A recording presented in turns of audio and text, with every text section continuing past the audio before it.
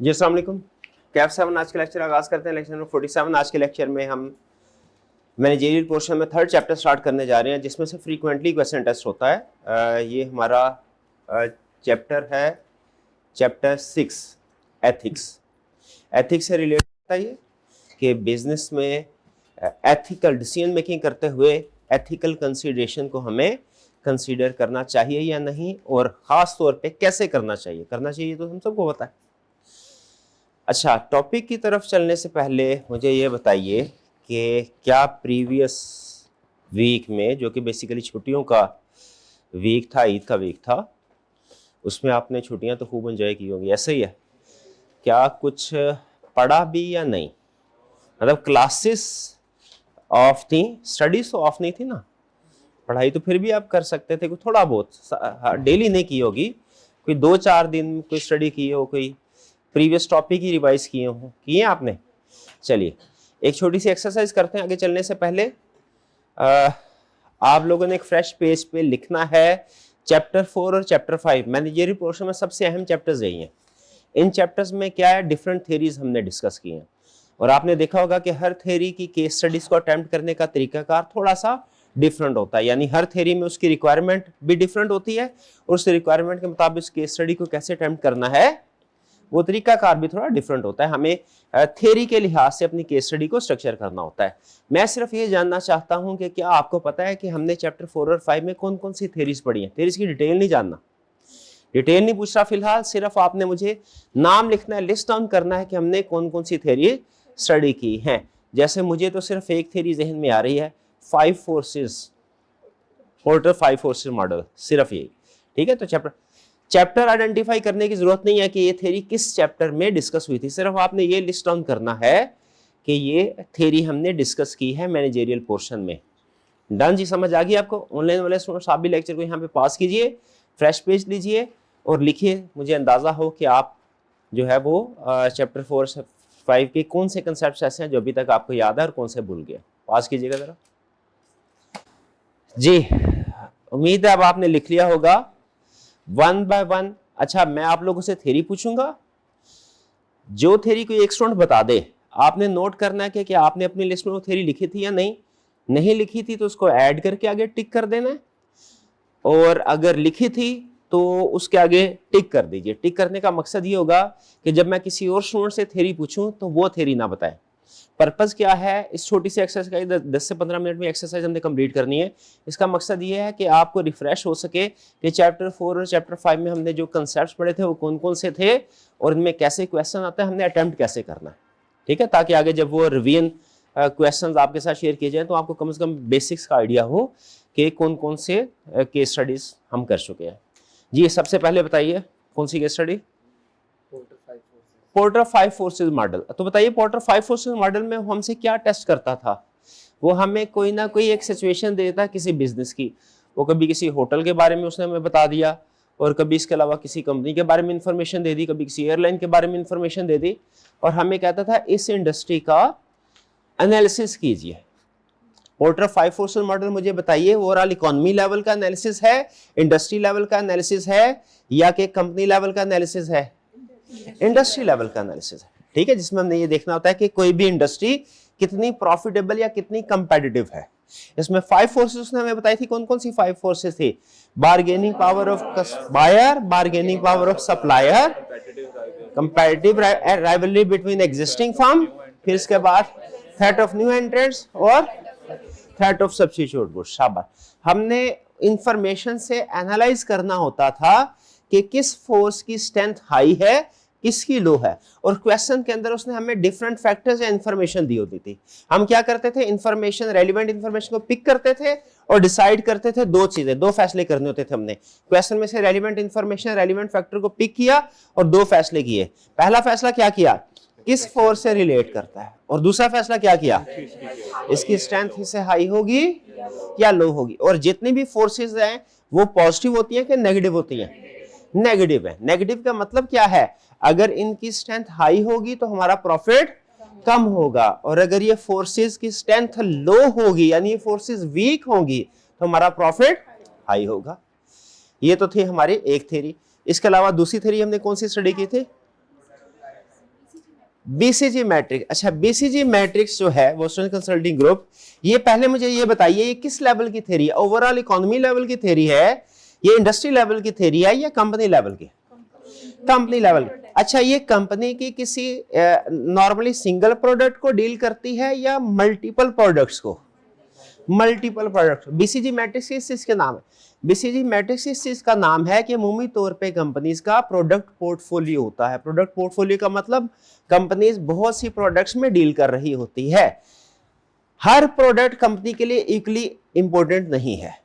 कुछ प्रोडक्ट्स के पे कंपनी की इन्वेस्टमेंट या स्ट्रेटजीज डिफरेंट होती हैं और कुछ पे इन्वेस्टमेंट कम हो सकता हो और स्ट्रेटजीज डिफरेंट हो।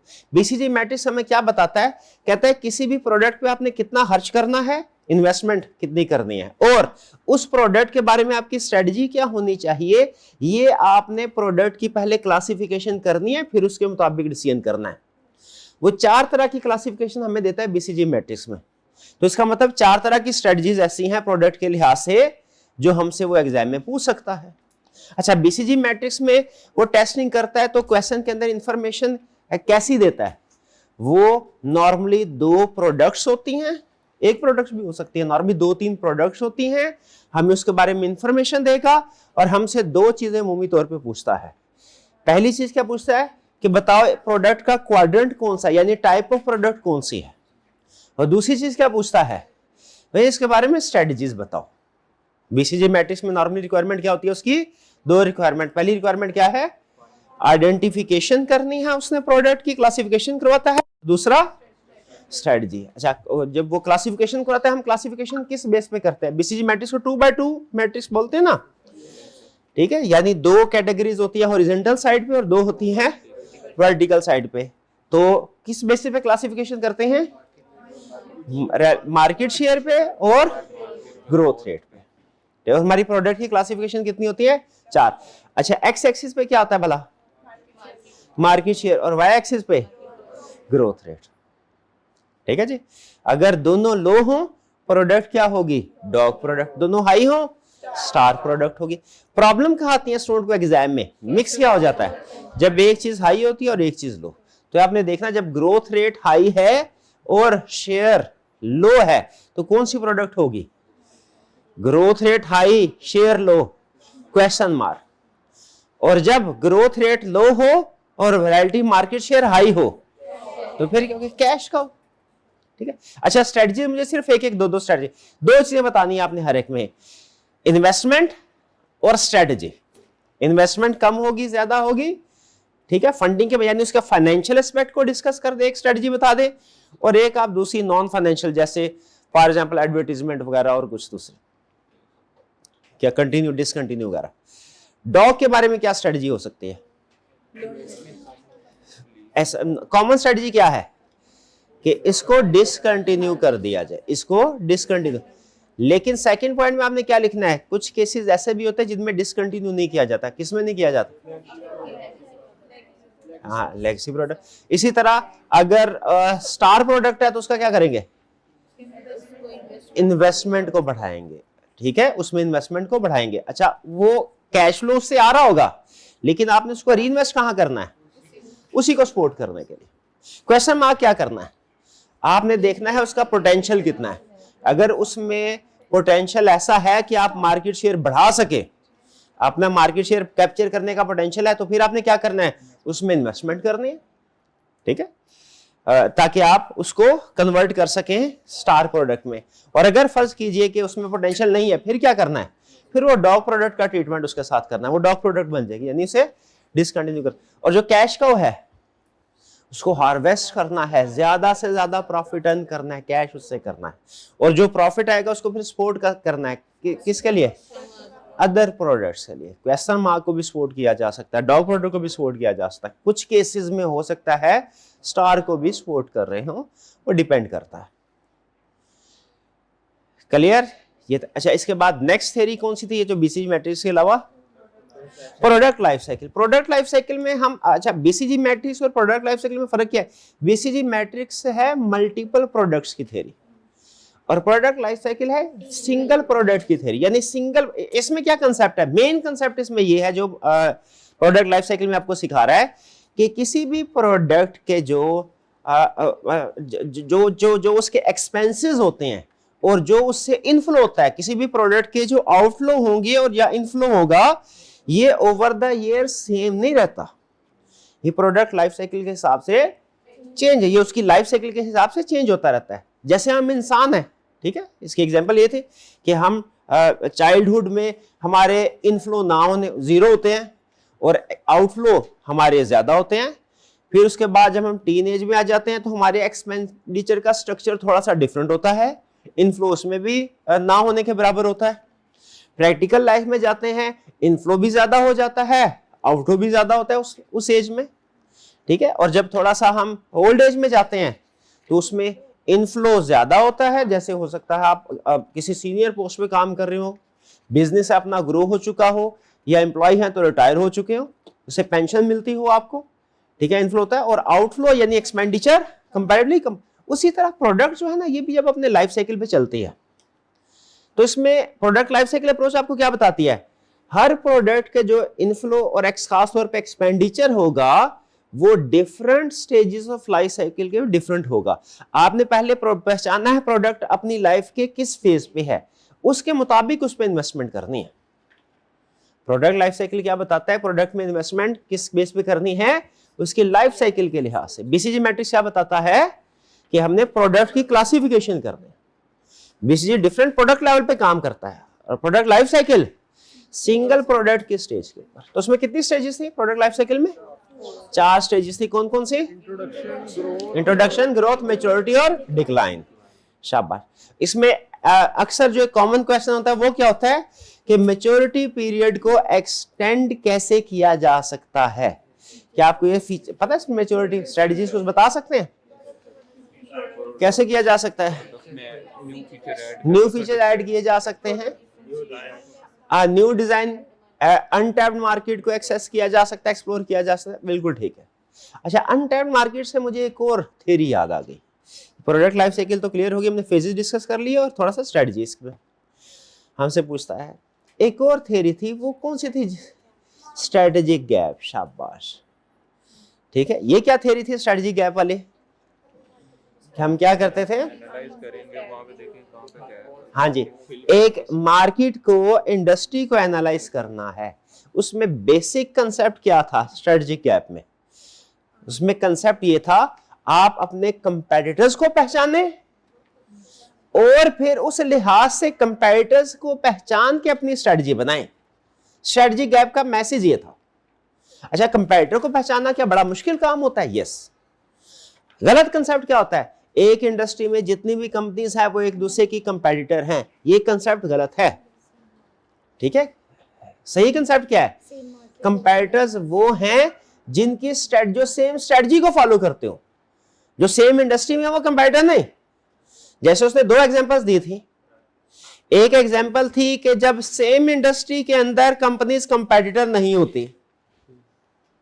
वो क्या एग्जांपल थी कि जैसे कार मैन्युफैक्चरर है, कुछ कार मैन्युफैक्चरर ऐसे हैं जो इकोनॉमी व्हीकल्स मैन्युफैक्चर करते हैं, जैसे सुजुकी फॉर एग्जांपल, और कुछ ऐसे हैं जो कि लग्जरी कार मैन्युफैक्चर, BMW वगैरह। क्या इन दोनों के कस्टमर एक जैसे हैं? इन दोनों की स्ट्रेटजी सेम होती है? नहीं, मार्केटिंग स्ट्रेटजी सेम नहीं है। इसलिए ये सेम इंडस्ट्री में होने के बावजूद भी कंपेटिटर्स नहीं है। लेकिन बाज़ औक़ात ऐसा होता है कि डिफरेंट इंडस्ट्रीज होती हैं और स्टिल वो कंपेटिटर्स होते हैं, ठीक है, ठीक है। इसी तरह उसने एक और एग्जांपल दी थी, मुझे याद आ गया, जिसमें वो कंपेटिटर्स नहीं थे, सेम इंडस्ट्री थी। जैसे ट्रांसपोर्टेशन बस कंपनी, बस ट्रांसपोर्टेशन कंपनी, एक का रूट है कराची से लाहौर, एक का है कराची से फॉर एग्जांपल पेशावर। अब है दोनों ट्रांसपोर्ट कंपनीज, लेकिन चूंकि अलग अलग रूट है, वो कंपेटिटर्स नहीं है सेम इंडस्ट्री में होने के बावजूद। और बाज़ का डिफरेंट इंडस्ट्री में होने के बावजूद भी वो कंपेटिटर्स होते हैं, ठीक है। जैसे एक वो कंपनी जो कि आपको होम क्लीनिंग सर्विसेज प्रोवाइड करती है, यानी मैन पावर प्रोवाइड करते हैं। आप कॉल करते हो और आते हैं लोग और वो घर की सफाई करते हैं। और दूसरी वो कंपनी जो क्लीनिंग टूल्स आपको सेल करती है कि घर को आप खुद कैसे साफ कर सकते हैं, डू इट योरसेल्फ।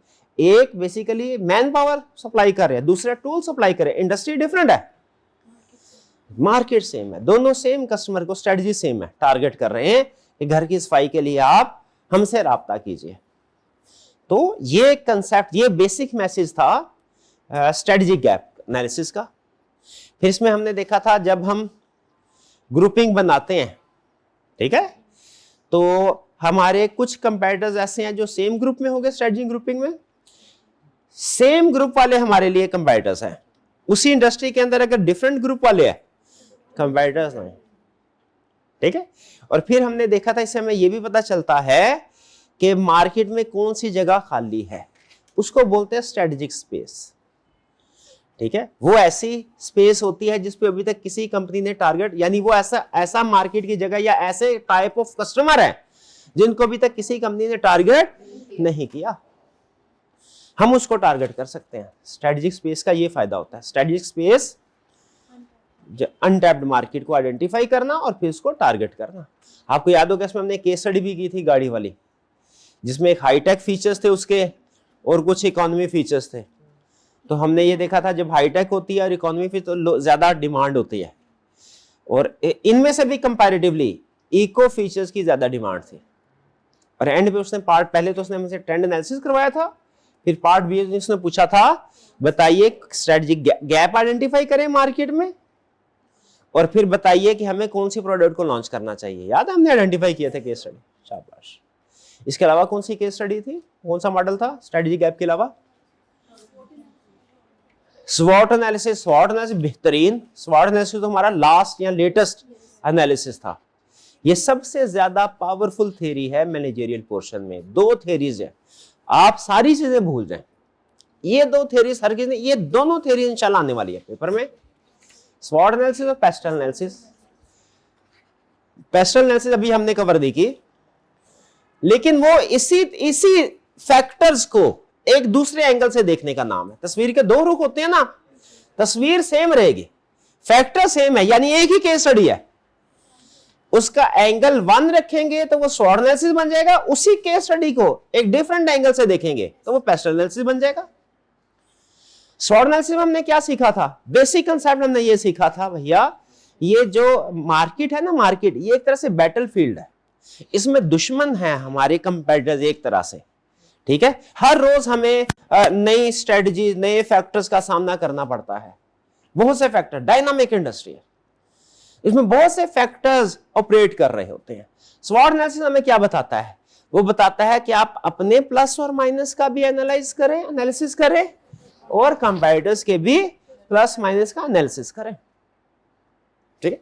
स्वॉट एनालिसिस में वो आपसे कोई स्ट्रेटजी नहीं बनवाता था मामूली तौर पे, कभी कभार किसी पार्ट बी में वो कह देता है कि जी ये आपकी वीकनेस है, इसको कैसे दूर करेंगे, या ये आपके कंपेटिटर्स की जो है वो वीकनेस है, आपके लिए ये अपॉर्चुनिटी है, इससे कैसे फायदा उठा। कभी कभार अमूमी तौर पे स्वॉट एनालिसिस जो प्योर टेक्निकल मॉडल है स्वॉट एनालिसिस, इसमें स्ट्रेटजी नहीं है। स्ट्रेटजी इसमें क्या पूछता है आपसे, सिर्फ और सिर्फ क्लासिफिकेशन, डिफरेंट फैक्टर्स दिए होंगे, आपने उनको पिक करना है और रेलिवेंट 4 में से रेलिवेंट कैटेगरी में ड्रॉप करना है, जो अमूमी तौर पे बुक्स में डिफाइन की जाती है। स्ट्रेंथ, वीकनेस, अपॉर्चुनिटी और थ्रेट को वो कैसे डिफाइन किया जाता है? स्ट्रेंथ क्या है? Internal positive. वीकनेस क्या है? Internal negative. और थ्रेट क्या है? External negative. और अपॉर्चुनिटी क्या है? External positive. अमूमी तौर पे ये डिफाइन, लेकिन मैंने आपको लेक्चर में डिस्कस किया था, ये डेफिनेशन है ठीक, अच्छी है डेफिनेशन, लेकिन कुछ फैक्टर्स पे ये डेफिनेशन काम नहीं करती। तो आपने इस डेफिनेशन के साथ एक और हल्का सा इसका एक डिफरेंट वर्जन भी ज़हन में रखना है। वो डिफरेंट वर्जन क्या है कि स्ट्रेंथ क्या है? व्हाट पॉजिटिव वी हैव, यानी इंटरनल की बजाय हम क्या कह रहे हैं? What we have, what we have. और अपॉर्चुनिटी क्या है? What we may have. हमने एक्सटर्नल की बजाय उसको क्या बोल दिया? व्हाट। थोड़ा सा डिफरेंट वर्जन है, लेकिन बहुत से फैक्टर्स आपके पहले वाले पॉइंट ऑफ व्यू से क्लासिफाई होते हैं और बहुत से फैक्टर्स ऐसे हैं जो आपके दूसरे वर्जन से क्लासिफाई, ठीक है। व्हाट मे अफेक्ट अस, ठीक है। व्हाट नेगेटिव वी हैव, ये क्या है? वीकनेस। और what negative impact we may face threat है। तो ये दो डेफिनेशंस आपने अपने जहन में रखनी है, दोनों स्वॉट एनालिसिस करते हुए फैक्टर की क्लासिफिकेशन में काम आएंगी। इसके अलावा कौन सी थ्योरी थी? Value chain analysis. Value chain analysis भी पोर्टर ने थ्योरी बताई थी। इसमें उसने क्या, हम नॉर्मली तौर पे अकाउंटेंट्स है ना, किसी भी कंपनी का एनालिसिस करना हो उसे डिफरेंट डिपार्टमेंट्स में क्लासिफाई करते हैं कि भैया ये कंपनी है, इसके कितने इसके 7 डिपार्टमेंट्स है, ह्यूमन रिसोर्स डिपार्टमेंट है, फाइनेंस डिपार्टमेंट है, अकाउंटिंग डिपार्टमेंट है, लीगल डिपार्टमेंट है, ऑपरेशन डिपार्टमेंट है, वगैरह वगैरह वगैरह। पोर्टर ने क्या किया, इसी कंसेप्ट को थोड़ा सा चेंज किया। उसने डिपार्टमेंट वाइज क्लासिफिकेशन नहीं की कंपनी की, एक्टिविटी वाइज क्लासिफिकेशन की कि कंपनी के अंदर जितने भी एक्टिविटीज हैं उनको हम कितने हिस्सों में क्लासिफाई कर सकते हैं। तो उसने बोला कि 2 बड़ी कैटेगराइजेशन है सारी एक्टिविटी, एक प्राइमरी एक्टिविटी, एक सेकेंडरी एक्टिविटी। प्राइमरी एक्टिविटी वो है जो आपके मेन, जो आपका ऑपरेशन है, जो मेन पर्पस है कंपनी का, उससे रिलेट कर रही होती है। और सेकेंडरी एक्टिविटीज वो होती हैं जो मेन एक्टिविटीज को सपोर्ट कर रही हैं। जैसे मैंने इसका एग्जांपल दी थी आपको, टीचर जो है उसका पढ़ाना ये प्राइमरी एक्टिविटी में आएगा, लेकिन गार्ड का वहां पे चेकिंग करना कि जो अनऑथराइज्ड पर्सन है वो अंदर ना आ सके, एजुकेशन एनवायरनमेंट को डिस्टर्ब ना कर सके, ये क्या है? सेकेंडरी। ठीक है, ऑर्गेनाइजेशन के लिए मुझे बताइए क्या सेकेंडरी एक्टिविटी जरूरी है? यस। तो पोर्टर ने 2 चीजें बताई थी, 2 चीजें। पहला उसने कहा था दुनिया की कोई भी ऑर्गेनाइजेशन हो, ये मॉडल वैल्यू चेन एनालिसिस है ना, बड़ी इंटरेस्टिंग चीज है, बड़ा कंप्रीहेंसिव मॉडल उसे सोच समझ के बनाया। उसने बोला दुनिया की कोई भी कंपनी हो, सर्विस सेक्टर हो, रिटेल हो, मैन्युफैक्चरिंग हो, ये वैल्यू चेन एनालिसिस पहला असूल हर तरह की कंपनी पे लगेगा। ठीक है, फर्क सिर्फ क्या होगा, एक्टिविटीज चेंज होती रहेंगी। जब एक कंपनी से दूसरी कंपनी पे ये मॉडल अप्लाई करेंगे तो क्या होगा, एक्टिविटीज चेंज होगी, मॉडल की एप्लीकेशन स्टिल वहां पे मौजूद रहेगी। तो इसमें उसने प्राइमरी एक्टिविटी में 5 एक्टिविटीज बताई थी, सेकेंडरी एक्टिविटीज में 4 तो प्राइमरी एक्टिविटी में कौन कौन सी एक्टिविटीज थी? पहले इनबाउंड। इनबाउंड क्या है कि अंदर कंपनी में आने तक जो फेजेस हैं, फिर ऑपरेशंस, फिर उसके बाद आउटबाउंड लॉजिस्टिक, फिर उसके बाद मार्केटिंग एंड सेल्स, और फिर आफ्टर सेल सर्विसेज। शाबाश। और सेकेंडरी में क्या था? प्रोक्योरमेंट था, और क्या था? इंफ्रास्ट्रक्चर था, और क्या था? Human resource, technology, corporate infrastructure था। ये एक्टिविटीज थी। करना क्या है हमने? केस स्टडी में क्या होगा, आपको किसी कंपनी के बारे में, किसी बिजनेस के बारे में वो डिफरेंट एक्टिविटीज बताएगा कि इस बिजनेस में ये एक्टिविटीज परफॉर्म हो रही है। आपने सिंपल क्या करना है, पिक करना है एक्टिविटी कौन सी है और उसे ड्रॉप करना है रेलिवेंट कैटेगरी में। इसमें गुड न्यूज आपके लिए क्या है कि आज तक जितने उसने क्वेश्चन पूछे हैं प्राइमरी वैल्यू चेन एनालिसिस पूछे, सेकेंडरी नहीं पूछे। सेकेंडरी को रिप्रोडक्शन के पॉइंट ऑफ व्यू से तो हम याद कर लेंगे, लेकिन प्राइमरी के ऊपर ज्यादा फोकस करना है, छोड़ना सेकेंडरी को भी नहीं है, कभी भी पूछ सकता है। ठीक है, और ना भी पूछे रिप्रोडक्शन का क्वेश्चन आ सकता है, वो भी ना पूछे, कोई 1 आध नंबर का 2 नंबर का एमसीक्यू हो सकते हैं, छोड़ना नहीं। हाँ, इसमें वो हमसे बाज़ औक़ात ये पूछ लेता था कि किसी एक एक्टिविटी को कैसे इंप्रूव करना है। इसमें स्ट्रेटजीज पूछता है, सजेशन पूछता है इस मॉडल के अंदर, इसमें सजेशंस है। ठीक है, तो जैसे फर्ज कीजिए कि आपको याद है वो रऊफ बेवजह वाली केस स्टडी, उसमें क्या पूछा था उसने, सजेशन क्या थी? वो कस्टमर को डिफेक्टिव प्रोडक्ट्स चली जा रही थी, डिफेक्टिव प्रोडक्ट्स जा रही थी ना। उसने पूछा बताओ, कंप्लेन्स कर रहे हैं कस्टमर कि भैया हमारी मर्जी की प्रोडक्ट नहीं आ रही, हमें डिफेक्टिव प्रोडक्ट आ रही है। क्या हमने सजेशन दी थी? फिर इंस्पेक्शन की जाए। वो ऑपरेशन में था, कस्टमर को डिस्पैच करने से पहले इंस्पेक्शन की जाए, ये ऑपरेशन। और जब चीजें रिसीव करने से पहले इंस्पेक्शन की, इनबाउंड। शाबाश, क्लियर। ये वैल्यू चेन एनालिसिस भी क्लियर हो गया। इसके अलावा क्या केस स्टडी थी? Critical success factor. वो 6 स्टेप्स देते जॉनसन एंड स्कूल्स के, 6 स्टेप्स। उसमें क्या किया था हमने? उसमें भी अगेन उसी तरीके से क्रिटिकल सक्सेस फैक्टर के स्टेजेस थे, स्टेप्स थे। वो किसी कोई केस स्टडी हमें देके कह सकता है भैया इसको क्लासिफाई करो। इसमें कौन सी केस स्टडी थी याद करें?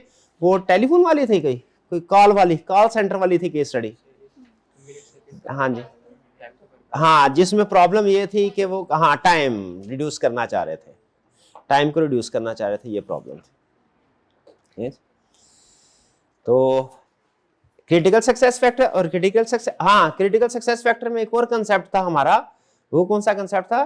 केपीआईज वाला, की परफॉर्मेंस इंडिकेटर्स वाला। ठीक है जी। तो क्रिटिकल सक्सेस फैक्टर और केपीआई में क्या फर्क है?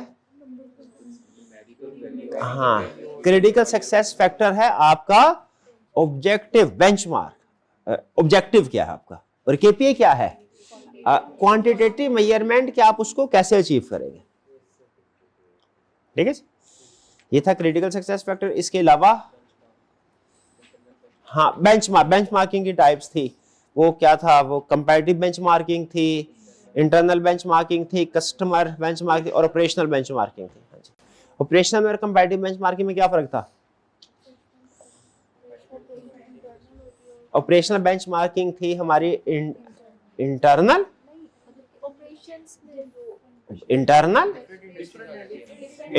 वाली तो इंटरनल थी। हाँ, वो डिफरेंट इंडस्ट्री जो कि सेम ऑपरेशंस परफॉर्म करिए जो हम करें उसके साथ कंपेयर करना। इसी की एग्जांपल थी हमारी, हाँ, डिलीवरी कोरियर वाले और पिज्जा डिलीवरी वाले, ये दोनों की ऑपरेशन सेम है, घर घर जाके डिलीवर करते हैं चीजें। और कंपैरेटिव बेंचमार्किंग कंपैरेटर के साथ, लेकिन कंपैरेटर तो हमें घुसने नहीं देगा अपनी फैक्ट्री के अंदर, तो कैसे कंपैरेटिव बेंचमार्क? उसने टेक्निक्स बताई थी। क्या टेक्निक्स बताई थी? फाइनेंशियल स्टेटमेंट से इंफॉर्मेशन मिल जाएगी, सरकारी इंफॉर्मेशन, रेशियो एनालिसिस कर सकते हैं, कस्टमर प्रोडक्ट का रिवर्स इंजीनियरिंग करके देख सकते हैं प्रोडक्ट कैसे बनाई, उसने क्या क्या किया इसमें।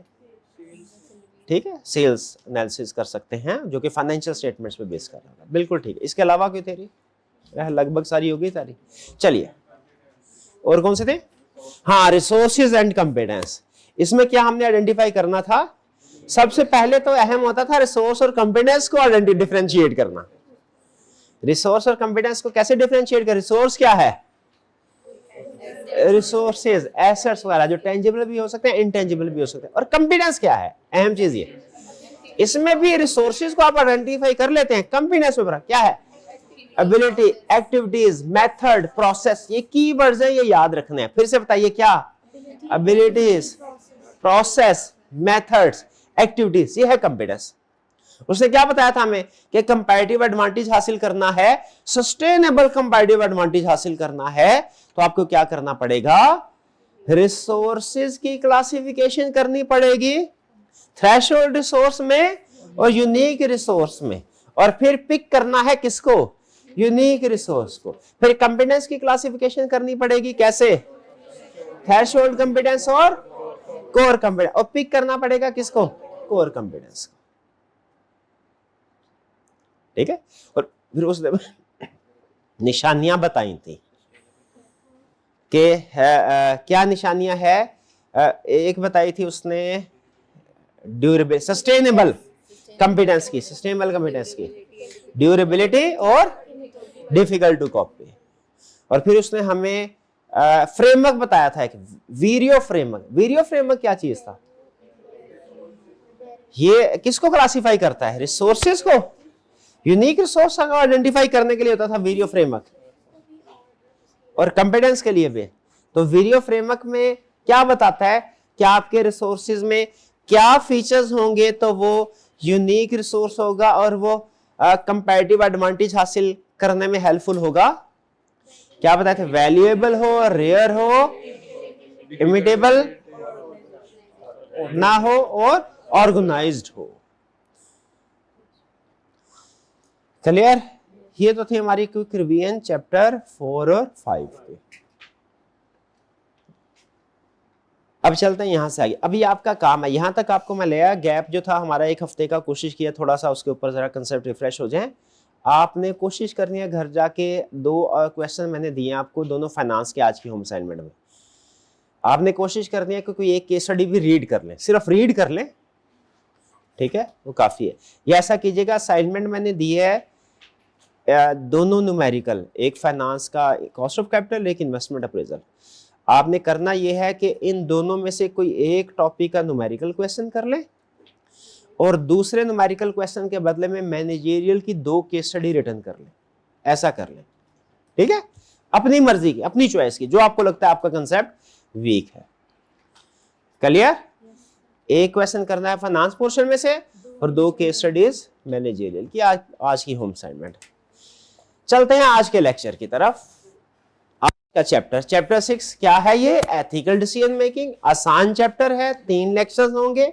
आज के लेक्चर में लर्निंग ऑब्जेक्टिव 1 और 2 को डिस्कस करेंगे। इंट्रोडक्शन है ये। आज के लेक्चर में जो हम स्टडी कर रहे हैं उसमें एग्जाम में से टेस्टिंग एक्सपेक्टेड नहीं है, ठीक है, वे भी कोई एक आधा एमसीक्यू टेस्ट कर ले, लेकिन थोड़ी सी बेसिक डिस्कशन या इंपॉर्टेंस है, ये समझ लीजिए इंट्रोडक्शन है।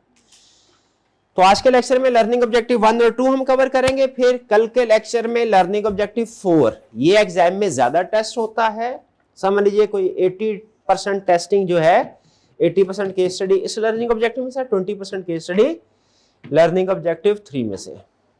तो पहले हम ये वाला, और ये है भी आसान, इंटरेस्टिंगली आसान वाली चीज ज्यादा टेस्ट हो रही है, मुश्किल वाली चीज थोड़ी सी कम। ये मुश्किल नहीं, ऐसे में लेंथी है। ये इसमें 7 कैटेगरीज हैं और वो हेडिंग्स भी थोड़ी लंबी लंबी, इसमें 5 हेडिंग्स है और छोटी छोटी। तो ये हमारा प्लान है इस चैप्टर का। 3 लेक्चर्स होंगे। पहले लेक्चर में आज पे 1 और 2, फिर लर्निंग ऑब्जेक्टिव 4 टकर 5 मॉडल, फिर American counting association model. Nature of ethics को स्टडी करते हैं। ये है क्या चीज? एथिक्स क्या है? एथिक्स के बारे में देखिए, उसने लिखा तो बहुत कुछ हुआ है, लेकिन आपको पता है हम जो फोकस करेंगे वो अहम चीजों के ऊपर करेंगे। एथिक्स क्या है? कहता है एथिक्स है ये जानना क्या सही है क्या गलत, बस, और कुछ नहीं। एथिक्स क्या है? ये जानना क्या सही है क्या गलत, ठीक है। Define and explains right and wrong, क्या अच्छा है क्या बुरा है, ये चीज। अच्छा, फिर एथिक्स की डेफिनेशन बताने के बाद वो जो सबसे अहम चीज बताता है वो ये, क्या अच्छा है क्या बुरा है, ये यूनिवर्सल ट्रुथ नहीं है, ये सिचुएशन टू सिचुएशन वेरी करता है, सोसाइटी टू सोसाइटी वेरी करता है। जैसे फर्ज कीजिए अगर मैं आपसे पूछूं, भाई किसी को कत्ल करना अच्छी बात है कि बुरी बात? बुरी बात। अगर मैं कहूं किसी कातिल को कत्ल करना, किसी कातिल को फांसी लगाना, ये अब आप कहेंगे ये तो अच्छी बात है, हालांकि इसमें भी कत्ल तो हो रहा है, मौत तो हो रही है। लड़ाई करना बुरी बात, लेकिन अगर कोई हमला कर दे दुश्मन, अच्छी बात है, उसको हम कहते हैं हीरो। वेरी करता है। झूठ बोलना बुरी बात। फर्ज करे कि मरता हुआ बंदा है, उसको जरा थोड़ी देर के लिए खुश करने के लिए वो डॉक्टर कह देते हैं आप अभी बड़ा जिएंगे, बाबा अभी बस ये ऑपरेशन होना तो आपने बिल्कुल ठीक हो जाना।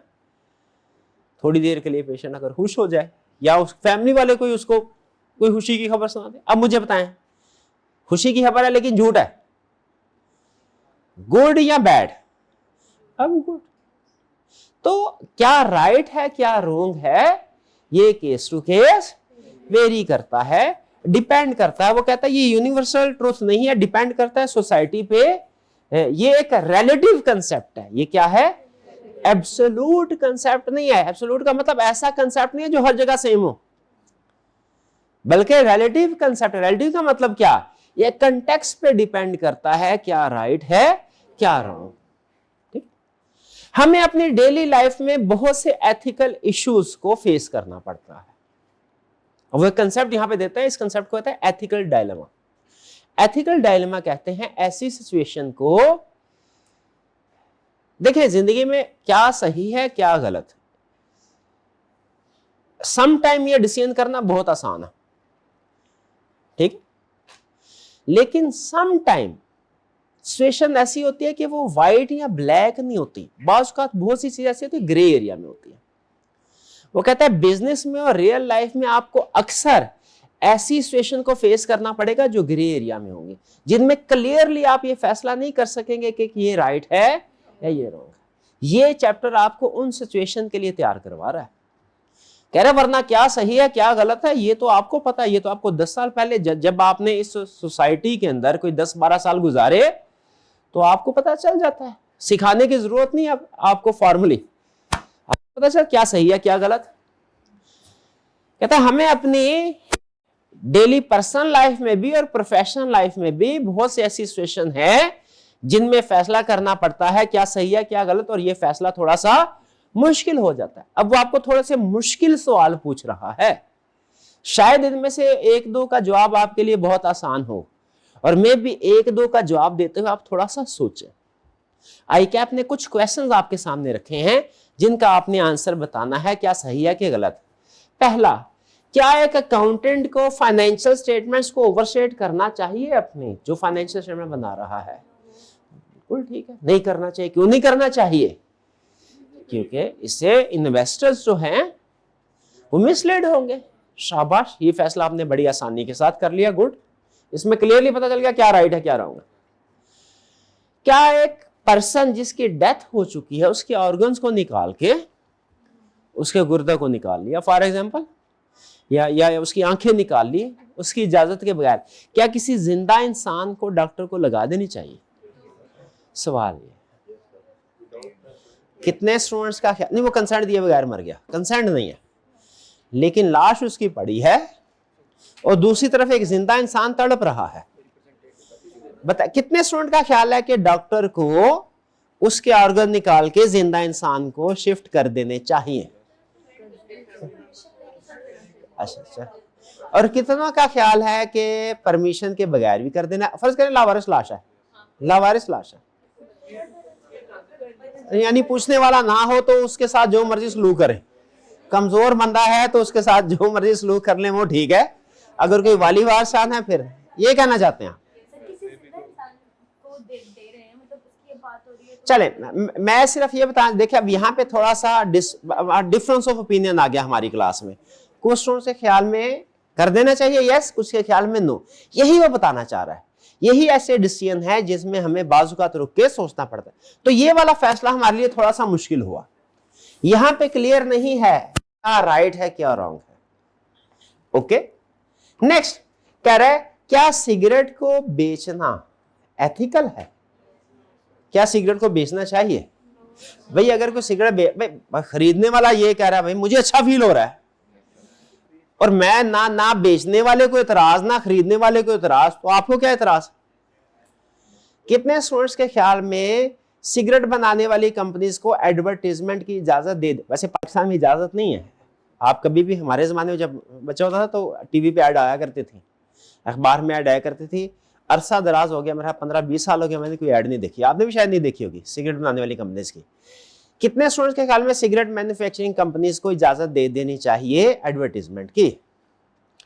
ले जी, 2 लोग ऐसे हैं जो कहते हैं एडवर्टीजमेंट की इजाजत दे देनी चाहिए, ठीक है, इनकी लगता है अपनी कंपनी होगी या शेयर होल्डर होगी।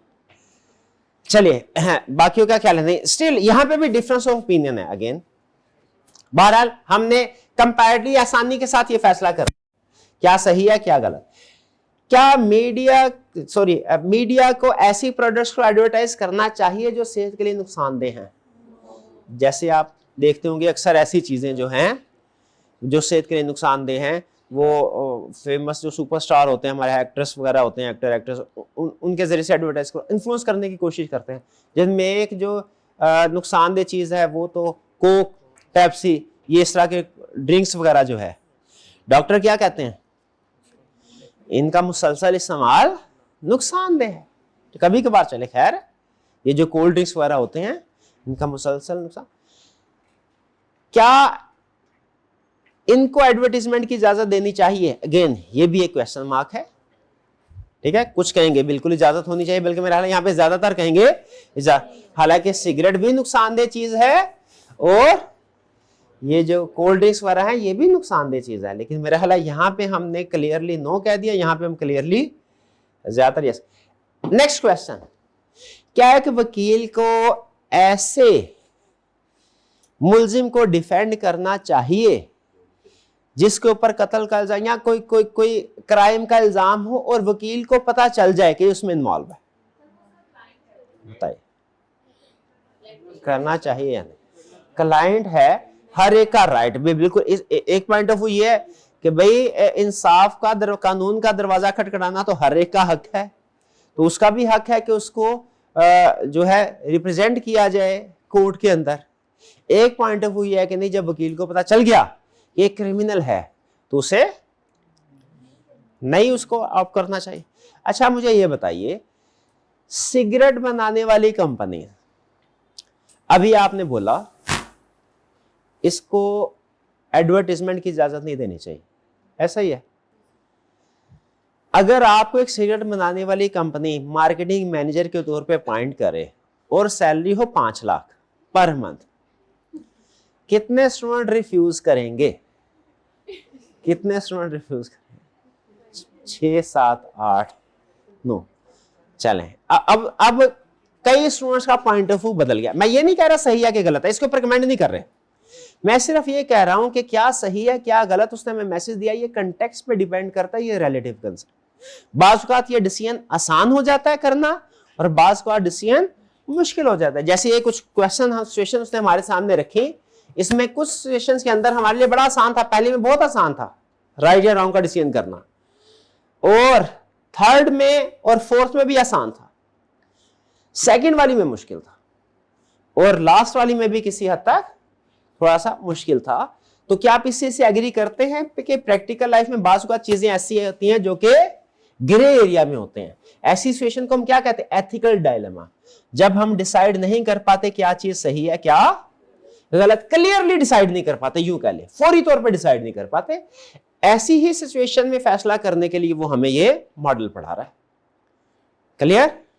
तो ये तो कह रहा है ये बेसिकली फिलोसॉफिकल कंसेप्ट है, फिलोसफी का कंसेप्ट है एथिक्स। ये तो हमने जनरल इसकी डिस्कशन कर ली। कह रहा है जनरल डिस्कशन के बाद जो नेक्स्ट स्टेप है हमारा वो ये कि हमें तो गर्ज इस चीज से है कि बिजनेस में एथिक्स कैसे अप्लाई होते हैं। तो जो लर्निंग ऑब्जेक्टिव 1 है उसमें उसने आपको जनरल कंसेप्ट बताया, एथिक्स क्या होते हैं, एथिकल डायलेमा क्या होता है। लर्निंग ऑब्जेक्टिव 2 में क्या बता रहा है? बिजनेस पे इसका इंपैक्ट क्या है। क्या बिजनेसेस को फॉलो करना चाहिए एथिक्स को? बिल्कुल करना चाहिए। ठीक है, एथिक्स एक बिजनेस के अंदर जो एथिक्स हैं वो किन किन एरियाज में होने चाहिए? भी वो हर एरिया में होने चाहिए। ठीक है, हर कंपनी को अपनी एथिकल प्रैक्टिसेस को एस्टैब्लिश करना चाहिए, कोड ऑफ कंडक्ट एस्टैब्लिश करना चाहिए जिसमें वो क्लियरली डिफाइन करे कि सप्लायर के साथ कैसे डील करेंगे, कस्टमर के साथ कैसे डील करेंगे, वर्क प्लेस पे कौन सा बिहेवियर प्रोफेशनल है, एक्सेप्टेबल है, गिफ्ट पॉलिसीज क्या कस्टमर को, सप्लायर को, गवर्नमेंट के ऑफिसर्स को गिफ्ट दे सकते हैं या नहीं दे सकते, और कुछ दूसरे चीजें।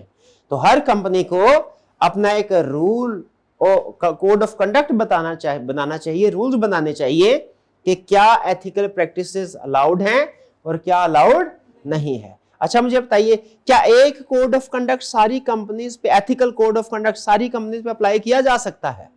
इस बारे में नहीं।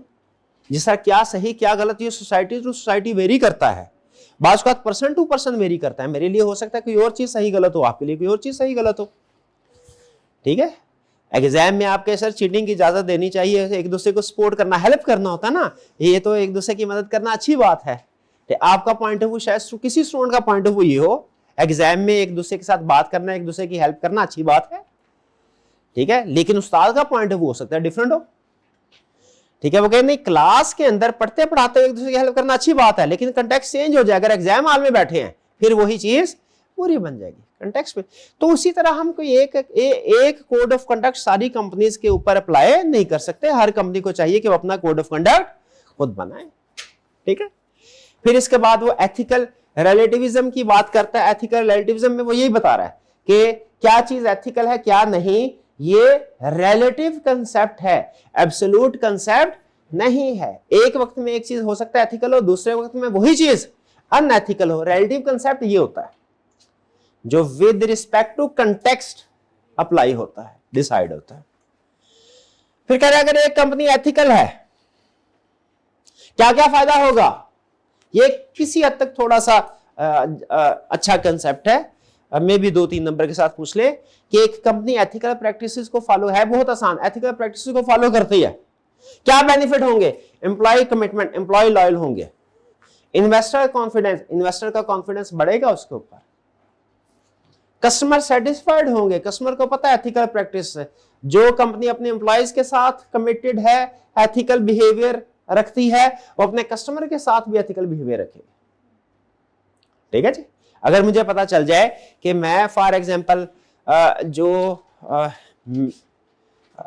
प्रोडक्ट इस्तेमाल करता हूं, एक दफा जैसे चॉकलेट, एक रियल केस था, चॉकलेट उसमें कुछ ऐसे इंग्रेडिएंट्स ऐड हो गए थे जो हार्मफुल थे, तो उस कंपनी ने अपना करोड़ों का नुकसान कर लिया और उस बैच की जितनी भी चॉकलेट्स या प्रोडक्ट्स थी सारी की सारी डिस्पोज कर दी। जब ये मुझे पता चलेगा तो मेरे जहन में उस कंपनी का इमेज, शॉर्ट टर्म में देखे नुकसान है, लेकिन लॉन्ग रन में मेरे जहन में अच्छा, अब मैं हमेशा उस प्रोडक्ट के साथ, उस कंपनी के साथ लॉयल रह के चलूंगा। तो एथिकल प्रैक्टिसेस जो हैं, इससे कस्टमर सेटिस्फेक्शन भी होती है और प्रॉफिट भी होता बढ़ता है।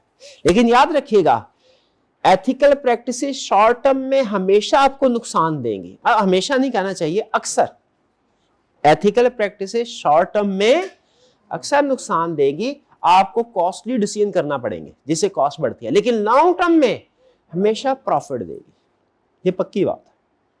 ठीक है, तो ये प्रॉफिट का बायस भी बनती है, लेकिन लॉन्ग रन में। शॉर्ट टर्म में क्या होते हैं, एथिकल डिसीजंस आसान नहीं होते, मुश्किल होते हैं।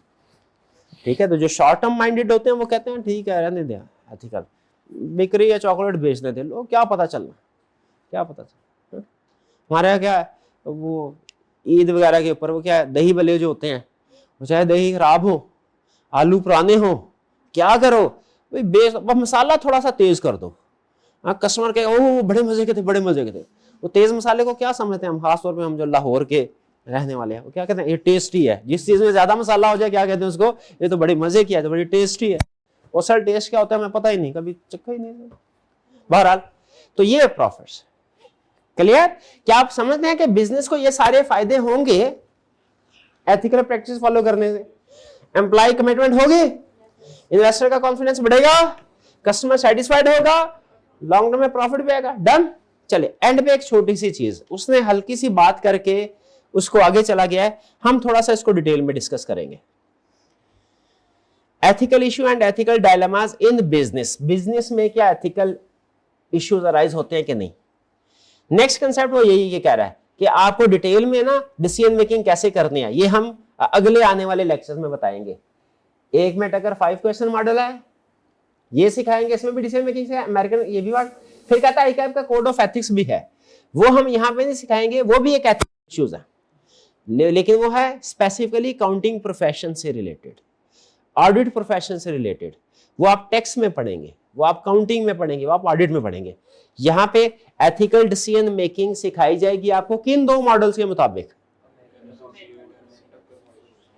कोड ऑफ एथिक्स में भी कुछ एथिकल इश्यूज डिस्कस हुए और क्या करना चाहिए, लेकिन वो इस सब्जेक्ट में नहीं सिखाया जाएगा। क्यों नहीं सिखाया जाएगा इस सब्जेक्ट में? अकाउंटिंग से रिलेटेड। वैसे आप लोगों ने पढ़ा है अकाउंटिंग या किसी और सब्जेक्ट के अंदर कोड ऑफ एथिक्स कुछ? उसमें कुछ टर्म्स बोल रहा हूं, ये टर्म्स किन स्टूडेंट्स को पता है आपने बताना है। Self interest threat, familiarity threats, advocacy, self review, intimidation. ये फिर तो ये असल में ना हम थोड़ा सा बेनिफिट लेंगे, हालांकि प्रॉपर डिस्कशन नहीं है, लेकिन इनडायरेक्टली अगर ये वाली टर्म स्टैंडर्डाइज्ड है, हम जनरल टर्म्स की बजाय इन टर्म्स को अगर इन थ्योरी में यूज कर लेना तो हमारी थ्योरी मजीद पावरफुल हो जाएगी। तो हम इन टर्म्स को भी यूज करेंगे, 2 फायदे होंगे। एक फायदा तो होगा एग्जिस्टिंग नॉलेज हमारा इधर भी अप्लाई हो जाएगा, मेन थ्योरी यही अप्लाई होगी, हेडिंग्स इसी की होंगी। एक्सप्लेनेशन में हम कुछ कोड ऑफ एथिक्स के टर्म्स यूज कर लेंगे, तो हमारी जो है एग्जिस्टिंग नॉलेज भी यूज हो जाएगा, और दूसरा ये थ्योरी इनकी जो वर्डिंग है ये भी पावरफुल हो जाएगी। ठीक है। अच्छा, आखिरी बात आज के लेक्चर की वो है ये ethical issues and ethical dilemma in business.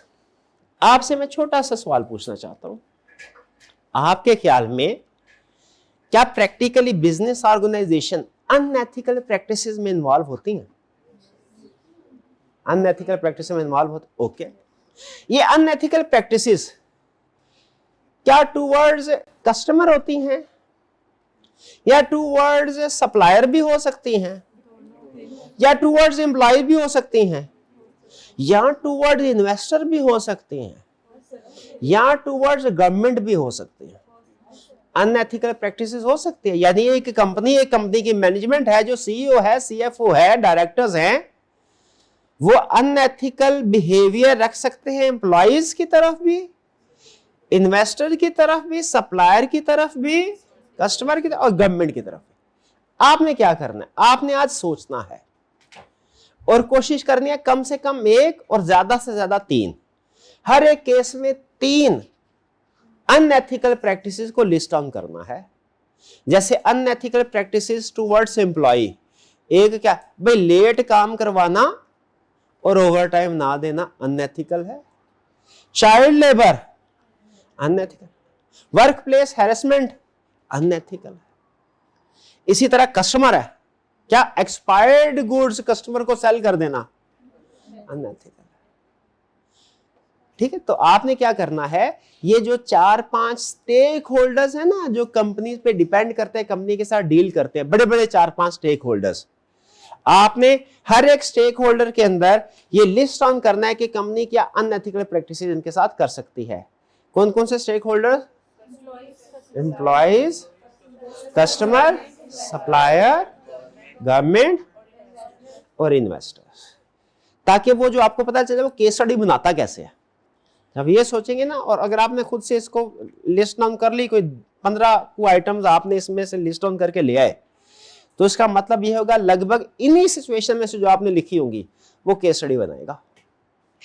ठीक है, तो कोशिश करेंगे ये भी लिखिए। ये कोई एडिशनल होम असाइनमेंट आपकी बन गई है, लेकिन ये आपके अगली केस स्टडीज में समझने में और सॉल्व करने में हेल्पफुल होगी। तो कर लेंगे, ये भी कोई ज्यादा काम तो नहीं है।